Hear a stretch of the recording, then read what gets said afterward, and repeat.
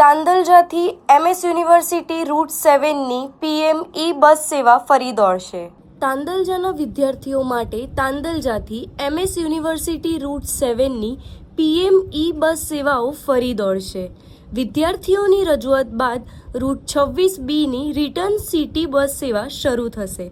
આવતીકાલથી સાંજે 6 થી 8 દરમિયાન પીક અવર્સમાં ઉપલબ્ધ બસ સેવાઓ રહેશે। બસ સેવાના અભાવે વાલીઓ પર વધતા આર્થિક બોજ અંગે વિદ્યાર્થીઓએ રજૂઆત કરી હતી।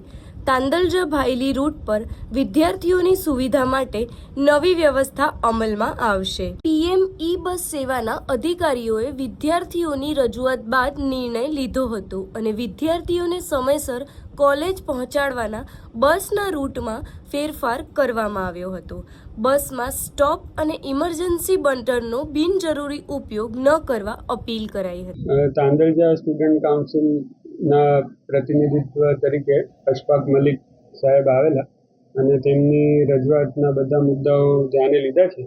તેમાં ખાસ કરીને તેઓને તાંદલજાથી MS યુનિવર્સિટી માટે જે PM બસનો 7 નંબરનો રૂટ છે એ શરૂ કરવાની એમની રજૂઆત છે, જે અમે સ્ટાર્ટ કરેલો જ અને ફરી પુનઃ સ્ટાર્ટ કરી દઈશું। અને જે રિટર્ન માટે એમની જે રજૂઆત છે એ 26B નંબરનો સિટી બસનો જે રૂટ હતો એ શરૂ કરવાનું કહી રહ્યા છે। પિકઅપ અવર્સમાં અમે PM બસ એમને 6 વાગ્યાથી સાંજે 6 વાગ્યાથી 8 વાગ્યા સુધી તેમને અને બાળકોને ફેસિલિટી મળી રહે તે માટે સ્ટાર્ટ કરીશું।